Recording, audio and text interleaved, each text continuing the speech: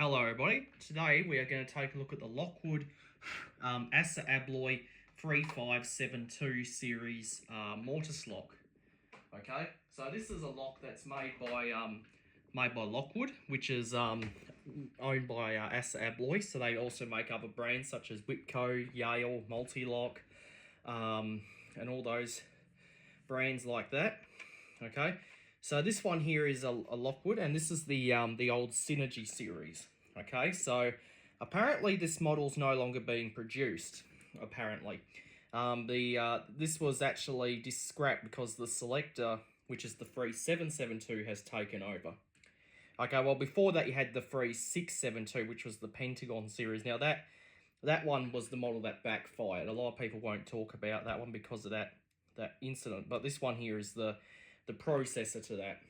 Okay, so this is the old one. The processor to this was the 3472, which was the same lock, but it was a little different.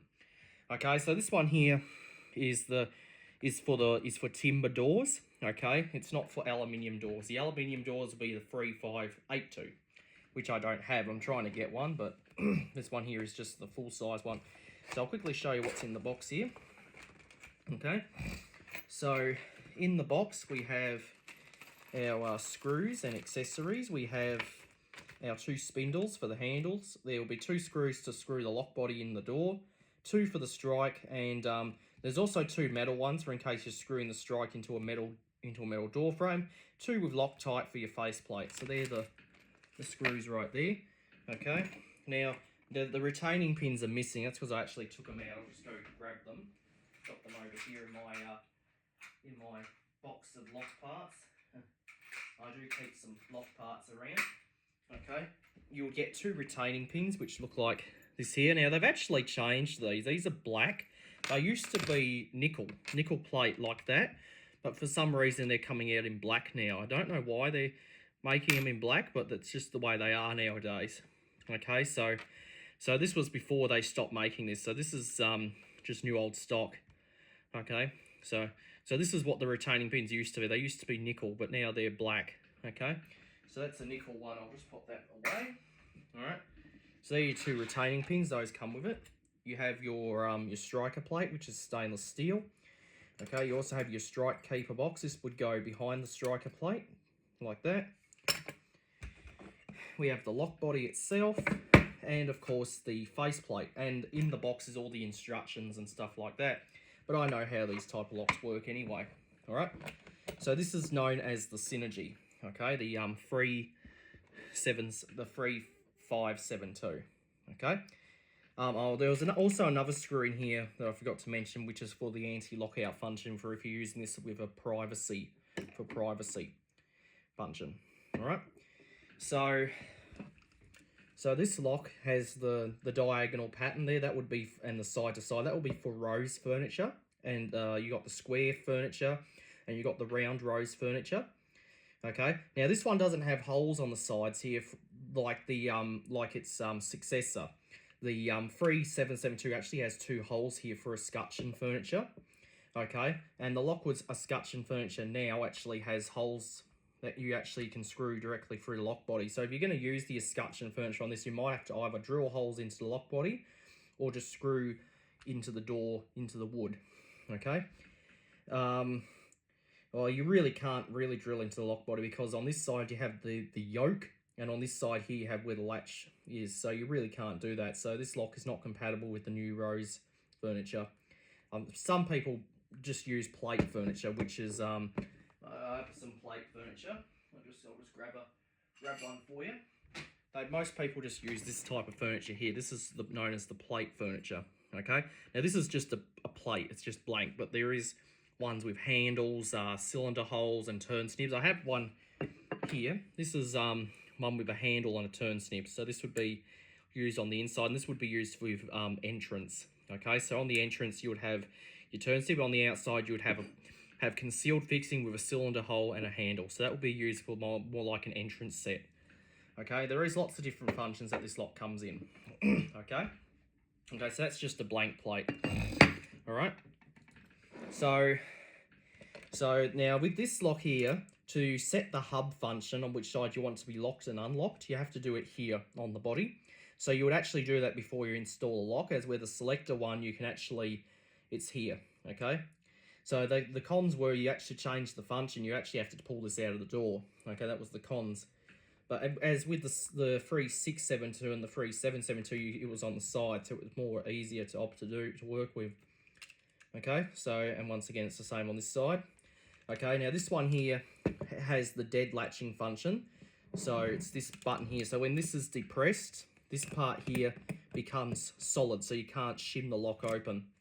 There is also another model which is blank, which doesn't have that, which would be more for passage function or privacy.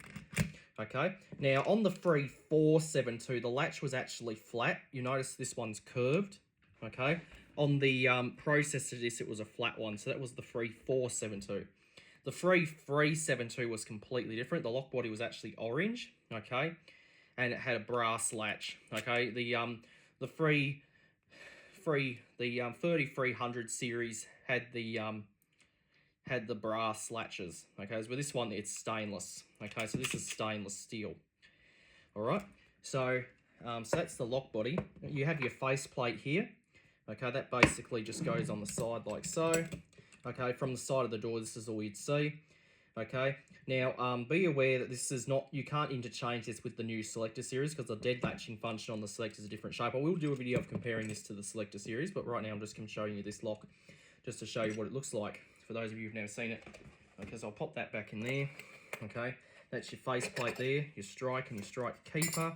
The accessory bag comes with all the screws and everything you need to install the lock into the door. Now the lock does not come with a cylinder. Okay, the cylinder it takes is a standard 570 cylinder, which is this cylinder right here. So that's a 570 cylinder. Okay, be aware that if you need a cylinder, that's actually sold separately, and so is the turn snib adapter. If you're going to be using this with a turn snib, you need an adapter, okay, which I happen to have here.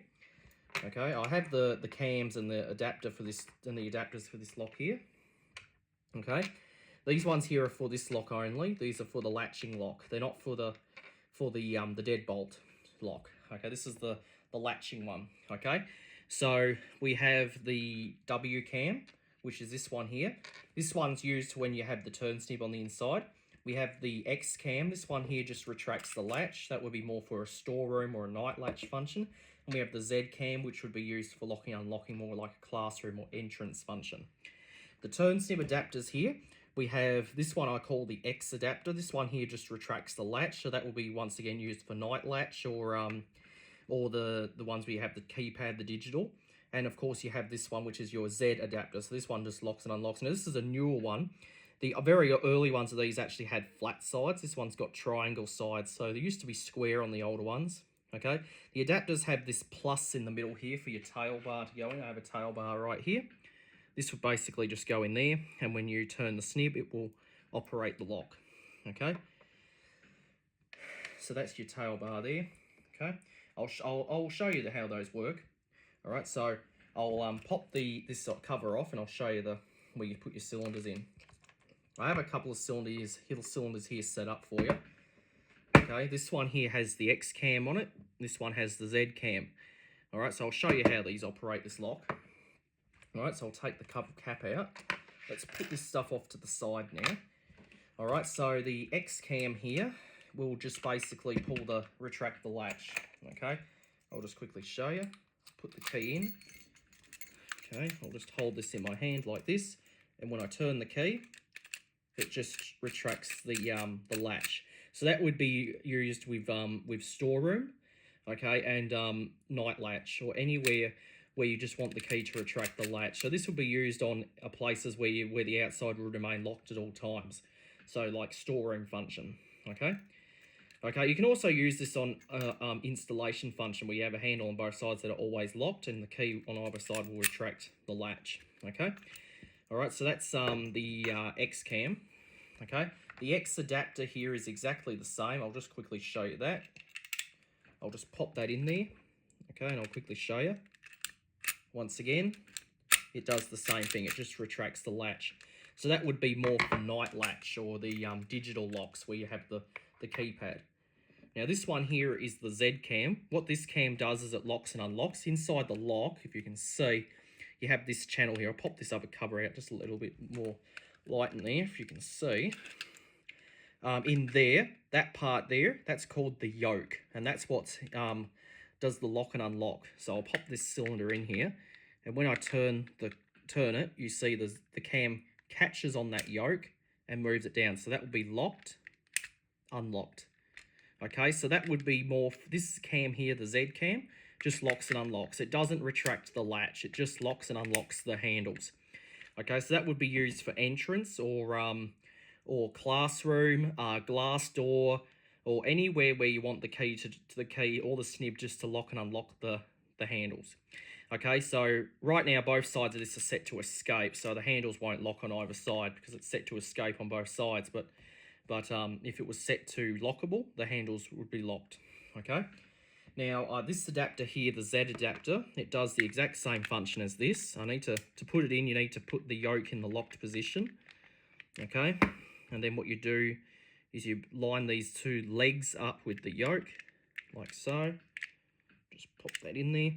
All right, and now when I turn it with my screwdriver here, you'll see that will lock and unlock the yoke, as you can see there. So it's locked, unlocked.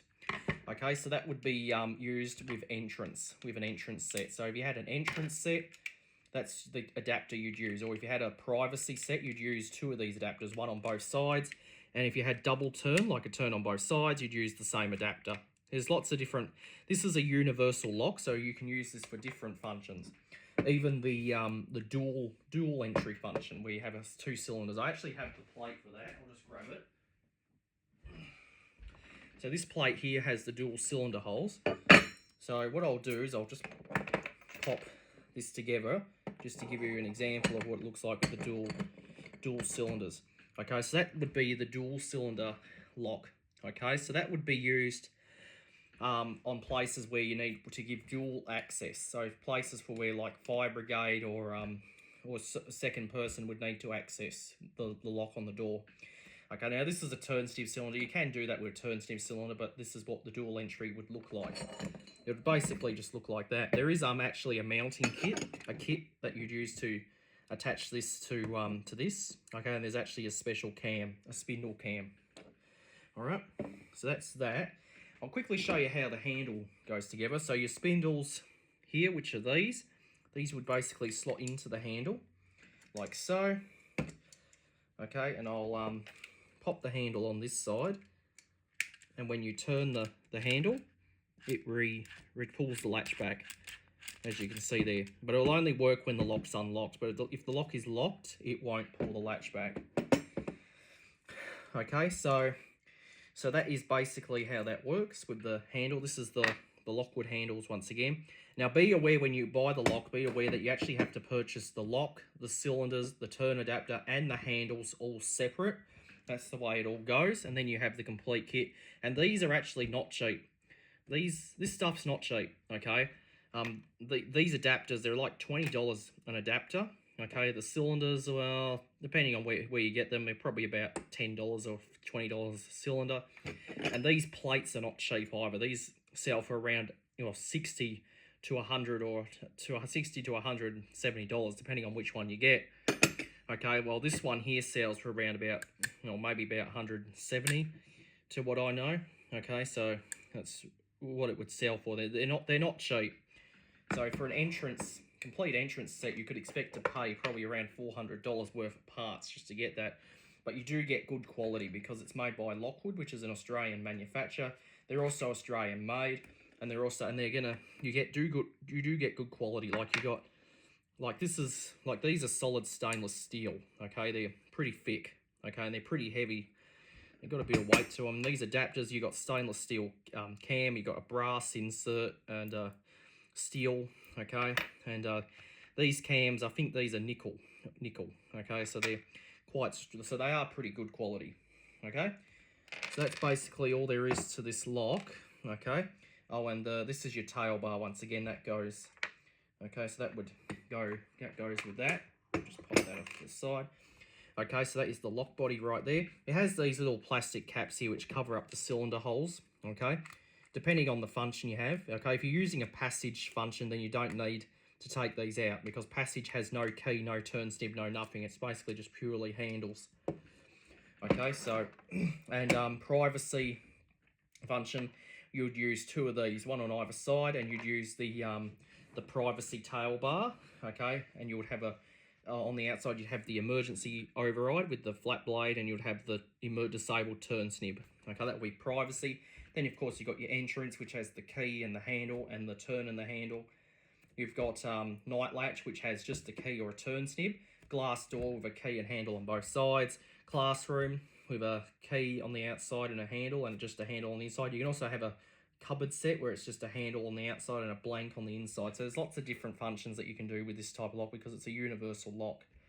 Okay, so if you're going to use this with dual entry, you need to purchase the dual entry kit. Okay, and there's actually a cylinder that has two holes at the top to allow you to screw it on.